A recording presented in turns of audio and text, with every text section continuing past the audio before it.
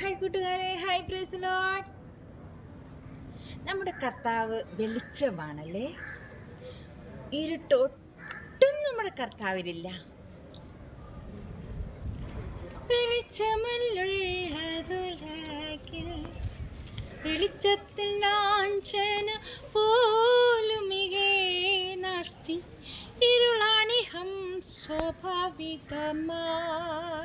വെളിച്ചത്തിൽ ലാഞ്ചന പോലുമികേ നാസ്തി.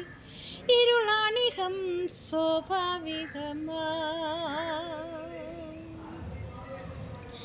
നാഥനേശു കനിവാർന്നവനിയിൽ വന്നു. താനായിരുന്നു ലോകത്തിൻ വെളിച്ചം. നാഥനേശു കനിവാർന്നവനിയിൽ വന്നു. താനായിരുന്നു ലോകത്തിൻ വെളിച്ചം. സാക്ഷാൽ വെളിച്ചമായിരുന്നവനേ, സാക്ഷാൽ വെളിച്ചമായിരുന്നവനേ, ലോകമവണ്ണമറിഞ്ഞില്ല, ലോകമവണ്ണമറിഞ്ഞില്ല. വെളിച്ചമല്ലുള്ളതുലകിൽ വെളിച്ചത്തിൻ ലാഞ്ചന പോലുമികേ നാസ്തി. ഇരുളാണിഹം സ്വാഭാവികമായി സ്വന്തമായോർക്കരികിൽ വന്നവനെങ്കിലും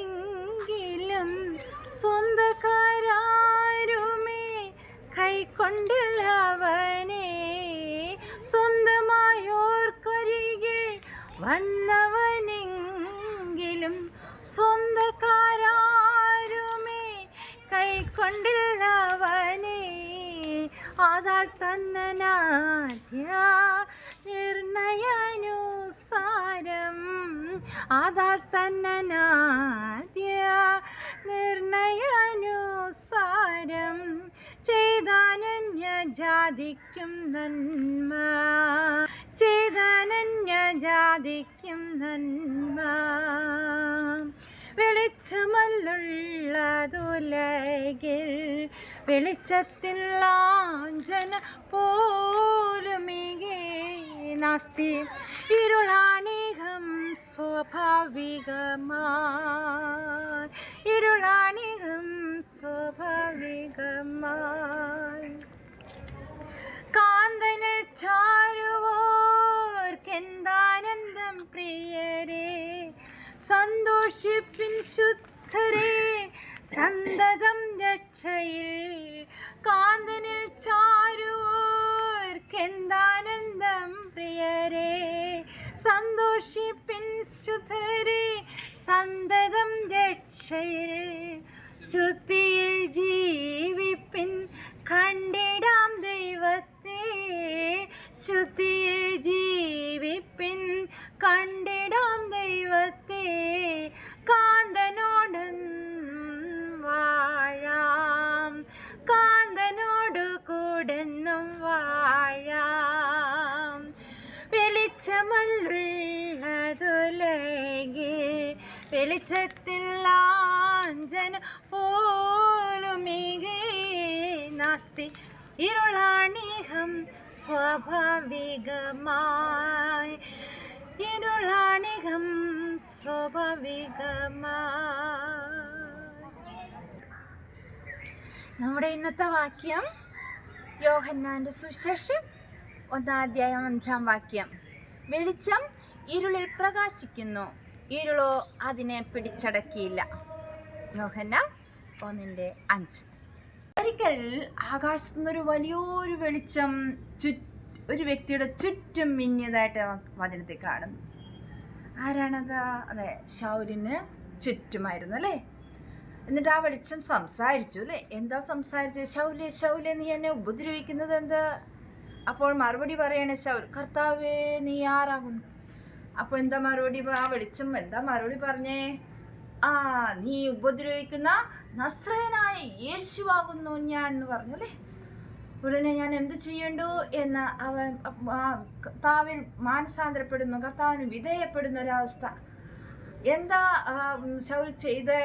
അതെ, അവൻ ദൈവം ജനത്തിനെതിരായിട്ട് പ്രവർത്തിക്കുകയായിരുന്നു അല്ലേ. വീട് തോറും ചെന്ന് പുരുഷന്മാരെ സ്ത്രീകളെയൊക്കെയും പിടിച്ചു കെട്ടി അവരെ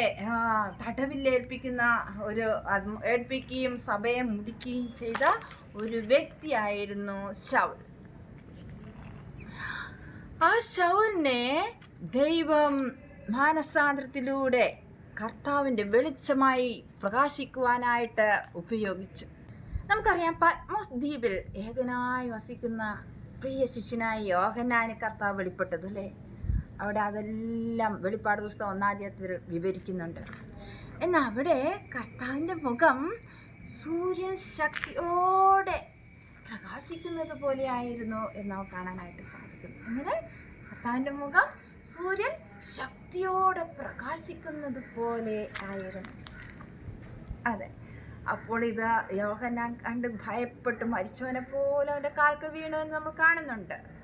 എന്നാൽ ഭയപ്പെടേണ്ടെന്ന് പറഞ്ഞവനെ ശക്തിപ്പെടുത്തി കർത്താവ് വരാനിരിക്കുന്ന വൻകാര്യങ്ങളെ വെളിപ്പാടുകളൊക്കെ നൽകി ആ യോഹന്നാനെ ആദരിച്ചു.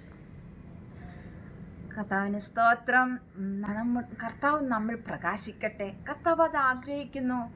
അതിനായിട്ട് നമുക്ക് വിട്ടുകൊടുക്കാം, വിധേയപ്പെടാം. കർത്താവിൻ്റെ പൊന്നുനാമം നമ്മൾ മഹിമപ്പെടട്ടെ. അതിനായി കർത്താവ് നമ്മെ സഹായിക്കട്ടെ. വെളിച്ചമുള്ളതുലകിൽ വെളിച്ചത്തിൽ ലാഞ്ചന പോലുമികേ നാസ്തി, ഇരുളാണിഹം സ്വാഭാവികമാ. വെളിച്ചത്തിൽ ലാഞ്ചന പോലുമികേ നാസ്തി, ഇരുളാണിഹം സ്വാഭാവികമാ. God bless you.